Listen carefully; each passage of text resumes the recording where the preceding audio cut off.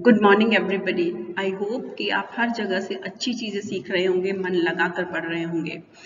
आप जब भी कुछ अच्छा सीखते हैं उसे प्लीज़ अपने पास मत रखिए, उसे दूसरों के साथ शेयर करिए, क्योंकि शेयर करने से नॉलेज और बढ़ती है, वो और निखरती है। विद दिस विश कि आप अपनी नॉलेज को शेयर करेंगे, हम आज का वीडियो शुरू करते हैं। It is allergy.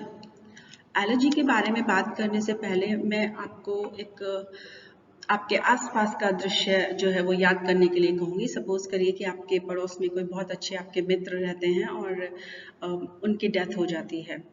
तो वहाँ पर जब लोग आते हैं तो सांत्वना भी देते हैं और भगवान से भी डायरेक्ट वो बात करते हैं, ये भगवान आपने क्या कर दिया, अभी इनकी क्या उम्र थी, इनके ऊपर बहुत ज़्यादा जिम्मेदारियाँ थी, हे भगवान आपको ऐसा नहीं करना चाहिए।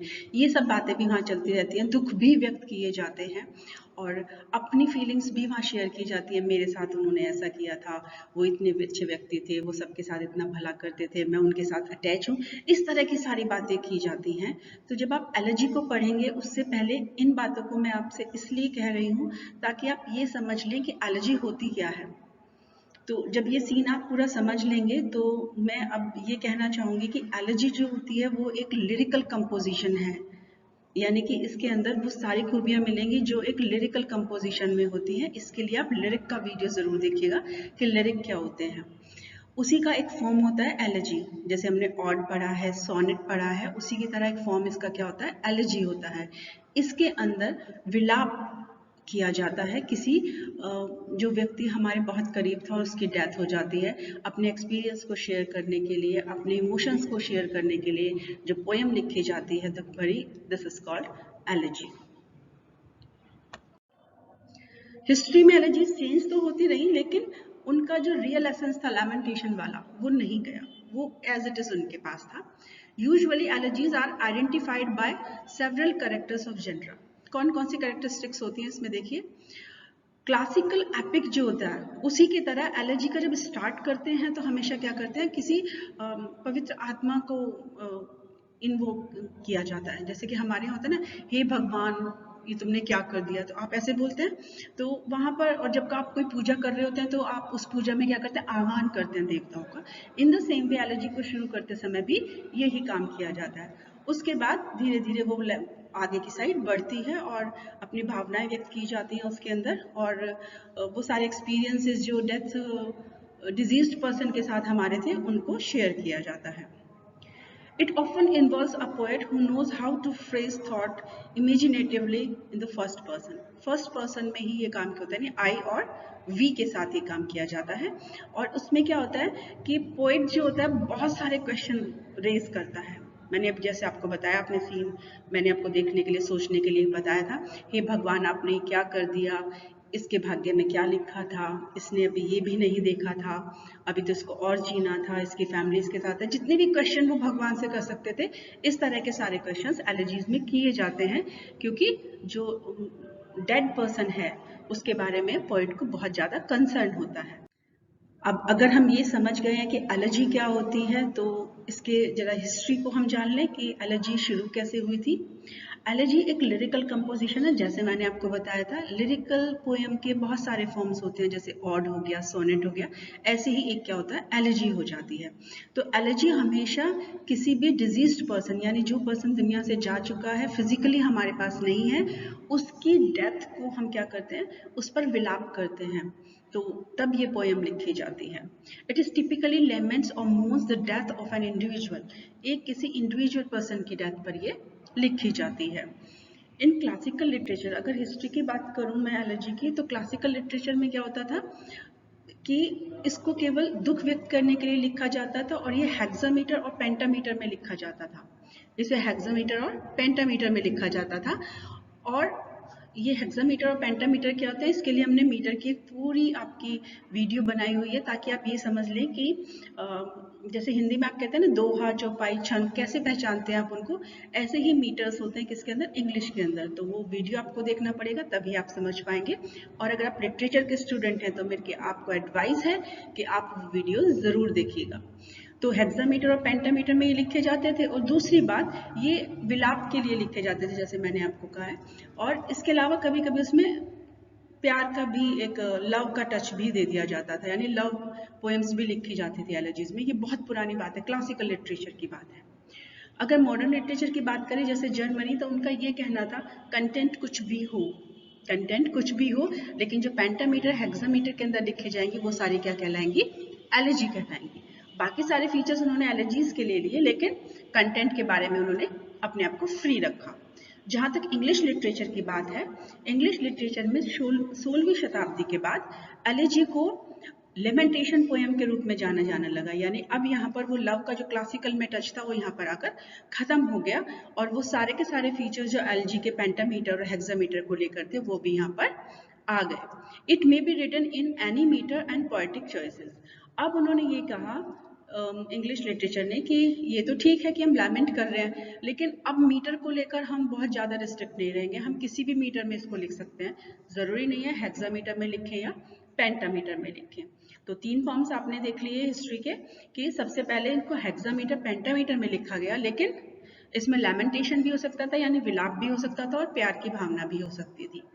जर्मन में क्या हुआ, हेक्सामीटर और पेंटामीटर तो ले लिए, लेकिन कंटेंट पर हम बहुत ज़्यादा स्ट्रिक्ट नहीं होंगे, कोई अपना कंटेंट कैसा भी रख सकता है। लेकिन इंग्लिश लिटरेचर में क्या कहा कि कंटेंट सिर्फ लैमेंटेशन वाला होगा, यानी विलाप वाला ही कंटेंट रखा जाएगा, हेक्सामीटर और पेंटामीटर को छोड़ देते हैं, वो किसी भी मीटर में आप लिख सकते हैं। तो इस तरह से हिस्ट्री में एलजीज चेंज होती रही। हिस्ट्री में एलजीज चेंज तो होती रही, लेकिन उनका जो रियल एसेंस था लैमेंटेशन वाला वो नहीं गया, वो एज इट इज उनके पास था। Usually algae are identified by several characters of genera. कौन कौन सी कैरेक्टरिस्टिक्स होती हैं इसमें देखिए। क्लासिकल एपिक जो होता है उसी की तरह एलर्जी का जब स्टार्ट करते हैं तो हमेशा क्या करते हैं, किसी पवित्र आत्मा को इन्वोक किया जाता है। जैसे कि हमारे यहाँ होता है ना, हे भगवान ये तुमने क्या कर दिया, तो आप ऐसे बोलते हैं। तो वहाँ पर, और जब आप कोई पूजा कर रहे होते हैं तो आप उस पूजा में क्या करते हैं, आह्वान करते हैं देवताओं का। In the same way allergy को शुरू करते समय भी यही काम किया जाता है। उसके बाद धीरे धीरे वो आगे की साइड बढ़ती है और अपनी भावनाएं व्यक्त की जाती हैं उसके अंदर, और वो सारे एक्सपीरियंसेस जो डेथ डिजीज्ड पर्सन के साथ हमारे थे उनको शेयर किया जाता है। It often involves a poet who knows how to phrase thought imaginatively in the first person. First person में ही ये काम क्या होता है, I और V के साथ ये काम किया जाता है। और उसमें क्या होता है कि पोएट जो होता है बहुत सारे क्वेश्चन रेज करता है। मैंने अब जैसे आपको बताया, अपने सीन मैंने आपको देखने के लिए, सोचने के लिए बताया था, हे भगवान आपने क्या कर दिया, इसके भाग्य में क्या लिखा था, इसने अभी ये भी नहीं देखा था, अभी तो इसको और जीना था, इसकी फैमिली इसके साथ है। जितने भी क्वेश्चन वो भगवान से कर सकते थे, इस तरह के सारे क्वेश्चंस एलजीज में किए जाते हैं, क्योंकि जो डेड पर्सन है उसके बारे में पोएट को बहुत ज़्यादा कंसर्न होता है। हिस्ट्री में एलजीज चेंज तो होती रही, लेकिन उनका जो रियल एसेंस था लैमेंटेशन वाला वो नहीं गया, वो एज इट इज उनके पास था। Usually allergies are identified by several characters of genera. कौन कौन सी कैरेक्टरिस्टिक्स होती हैं इसमें देखिए। क्लासिकल एपिक जो होता है उसी की तरह एलर्जी का जब स्टार्ट करते हैं तो हमेशा क्या करते हैं, किसी पवित्र आत्मा को इन्वोक किया जाता है। जैसे कि हमारे यहाँ होता है ना, हे भगवान ये तुमने क्या कर दिया, तो आप ऐसे बोलते हैं। तो वहाँ पर, और जब आप कोई पूजा कर रहे होते हैं तो आप उस पूजा में क्या करते हैं, आह्वान करते हैं देवताओं का। In the same way allergy को शुरू करते समय भी यही काम किया जाता है। उसके बाद धीरे धीरे वो आगे की साइड बढ़ती है और अपनी भावनाएं व्यक्त की जाती हैं उसके अंदर, और वो सारे एक्सपीरियंसेस जो डेथ डिजीज्ड पर्सन के साथ हमारे थे उनको शेयर किया जाता है। It often involves a poet who knows how to phrase thought imaginatively in the first person. First person में ही ये काम क्या होता है, I और V के साथ ये काम किया जाता है। और उसमें क्या होता है कि पोएट जो होता है बहुत सारे क्वेश्चन रेज करता है। मैंने अब जैसे आपको बताया, अपने सीन मैंने आपको देखने के लिए, सोचने के लिए बताया था, हे भगवान आपने क्या कर दिया, इसके भाग्य में क्या लिखा था, इसने अभी ये भी नहीं देखा था, अभी तो इसको और जीना था, इसकी फैमिली इसके साथ है। जितने भी क्वेश्चन वो भगवान से कर सकते थे, इस तरह के सारे क्वेश्चंस एलजीज में किए जाते हैं, क्योंकि जो डेड पर्सन है उसके बारे में पोएट को बहुत ज़्यादा कंसर्न होता है। हिस्ट्री में एलजीज चेंज तो होती रही, लेकिन उनका जो रियल एसेंस था लैमेंटेशन वाला वो नहीं गया, वो एज इट इज उनके पास था। Usually allergies are identified by several characters of genera. कौन कौन सी कैरेक्टरिस्टिक्स होती हैं इसमें देखिए। क्लासिकल एपिक जो होता है उसी की तरह एलर्जी का जब स्टार्ट करते हैं तो हमेशा क्या करते हैं, किसी पवित्र आत्मा को इन्वोक किया जाता है। जैसे कि हमारे यहाँ होता है ना, हे भगवान ये तुमने क्या कर दिया, तो आप ऐसे बोलते हैं। तो वहाँ पर, और जब आप कोई पूजा कर रहे होते हैं तो आप उस पूजा में क्या करते हैं, आह्वान करते हैं देवताओं का। In the same way allergy को शुरू करते समय भी यही काम किया जाता है। उसके बाद धीरे धीरे वो आगे की साइड बढ़ती है और अपनी भावनाएं व्यक्त की जाती हैं उसके अंदर, और वो सारे एक्सपीरियंसेस जो डेथ डिजीज्ड पर्सन के साथ हमारे थे उनको शेयर किया जाता है।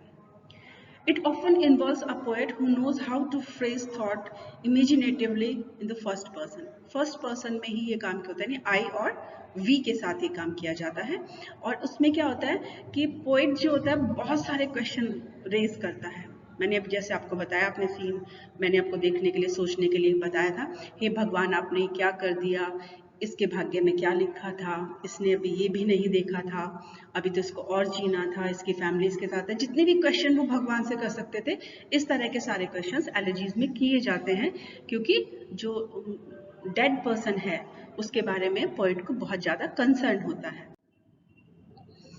बहुत अंदर तक अगर आप जाके देखें एलर्जीज के अंदर, तो आप ये पाएंगे कि एलर्जीज को जब लिखा जाता है तो उसके बाद पोएट धीरे धीरे फिजिकल वर्ड को छोड़कर मेटाफिजिकल वर्ड में चला जाता है। मेटाफिजिकल वर्ड मीन्स, जैसे मैं आपसे कहूँ स्वर्ग, मैं आपसे कहूँ कि एक ऐसी दुनिया जहाँ पर सुख और शांति हो, वहाँ पर रोटी कपड़ा मकान इनकी चिंता ना हो, स्वर्ग हो, सारी चीज़ें मिलती हों, सब खुश हों, तो ये एक मेटाफिजिकल दुनिया है।